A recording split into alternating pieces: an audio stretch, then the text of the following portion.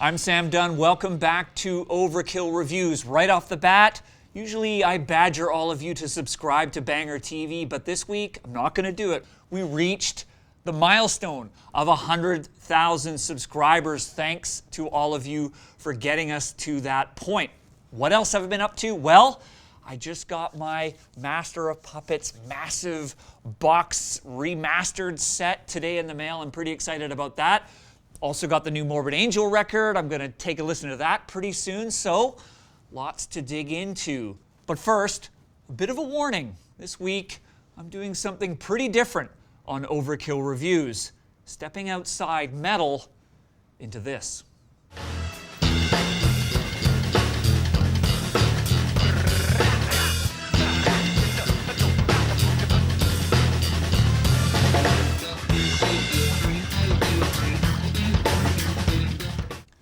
I warned you this would be different. Today I'm reviewing the new album by bassist Fieldy, and his album is called Bassically, released today independently through Fieldy himself. Why, you may ask? Are we doing the first ever non-metal record review on Overkill Reviews? Well, first of all, it's my show. I can do what I want. Secondly, Fieldy, of course, is the bassist for Korn, one of today's biggest metal bands.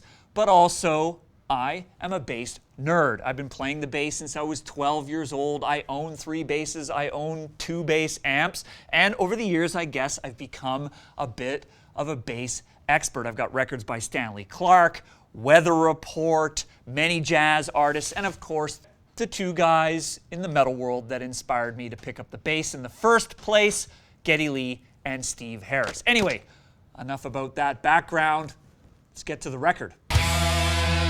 Now, I think it's important to mention at the outset that this is not Fieldy's first non-Korn record. You're going to remember back in 2002, he released Fieldy's Dreams Rock and Roll Gangster, which ironically wasn't a rock album at all. It was a hip-hop record, so clearly Fieldy is a guy who likes to spread his wings and step out of the constraints, could you say, of the Korn world. So, let's see what he's going to do this time around. First track I'm going to get into on Bassically is the opener. It's called Beso Rama.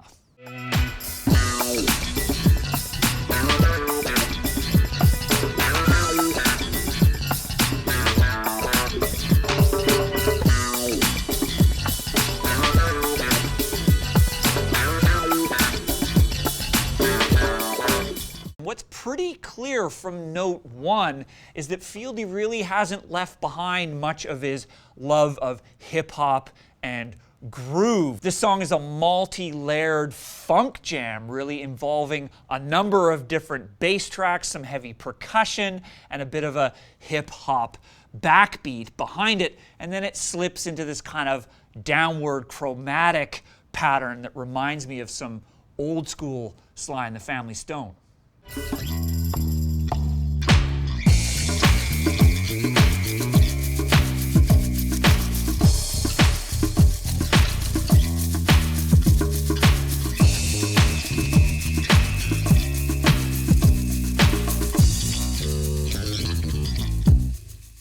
Now, what's also evident on this first track, maybe it's kind of stating the obvious, is that there's a lot of bass on this opening track. We've got multiple basses layered on top of one another, and each is playing a different section of the instrument. Also, it's being backed by some pretty beefy backbeats and percussion. And in terms of the bass playing, it's reminding me a lot of, say, Bootsy Collins, a little bit of Flea, and even Victor Wooten. There is a lot of slap work on this opening track.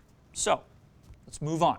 As we move deeper into the record, it's apparent that this is by and large a very funk groove driven album. That is by far the dominant influence here. But when we get to track 7 called JD Fresh, it's all about the hip hop.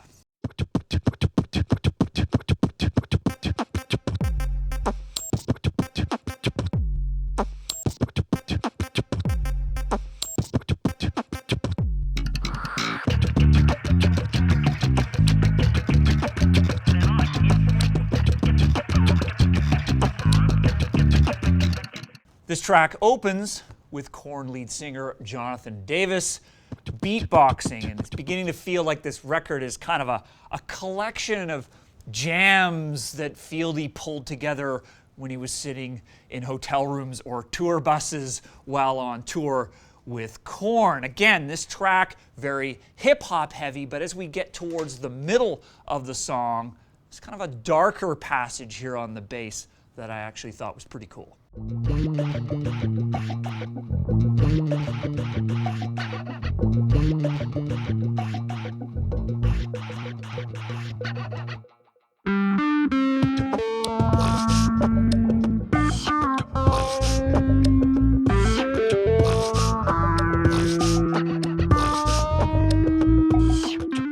Kind of a cool section there, how it switches gears halfway through. It opens with that darker line and then moves into a part with a very distinctly different bass tone, reminding me a bit of Pulling Teeth, of course, by the almighty Cliff Burton.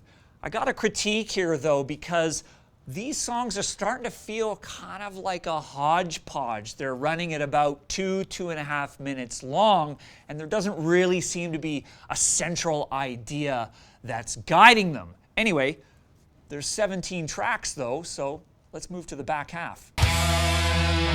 Track 11 on Bassically is called I Love Bass Mon, and I thought it was going to be a tribute to Paul Rudd and slapping the bass.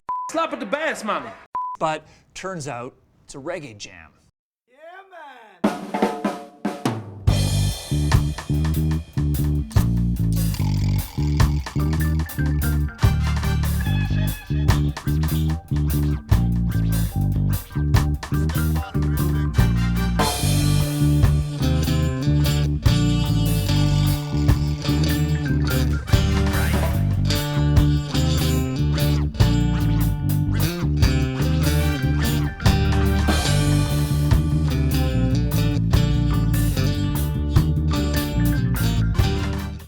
Fieldy is demonstrating here that there's more to his chops than just funk jams. This is a pretty chill, mellow reggae jam, and I like that main line, and then he comes in with what sounds like maybe a 12 or even a 15 string bass for the melody up top, kind of simulating like a horn section, I guess. And this is one of these parts I'm not sure if it really works, and even as a big bass fan, I'm not sure I want to be hearing the bass playing those parts.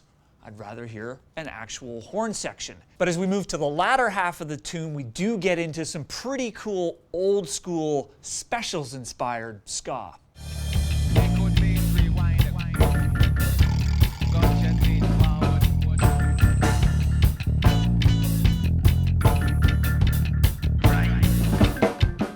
Overall, this tune does make me want to dip into some Bob Marley and hear Aston Family Man Barrett do his thing, but at the same time, I feel like the mix and the distribution of the sounds on this track don't really do it for me. Last tune. Track 12 on the record is called 5-String Graffiti, and really I don't have much to say about this track at all, except that this might be my favorite moment on the whole record.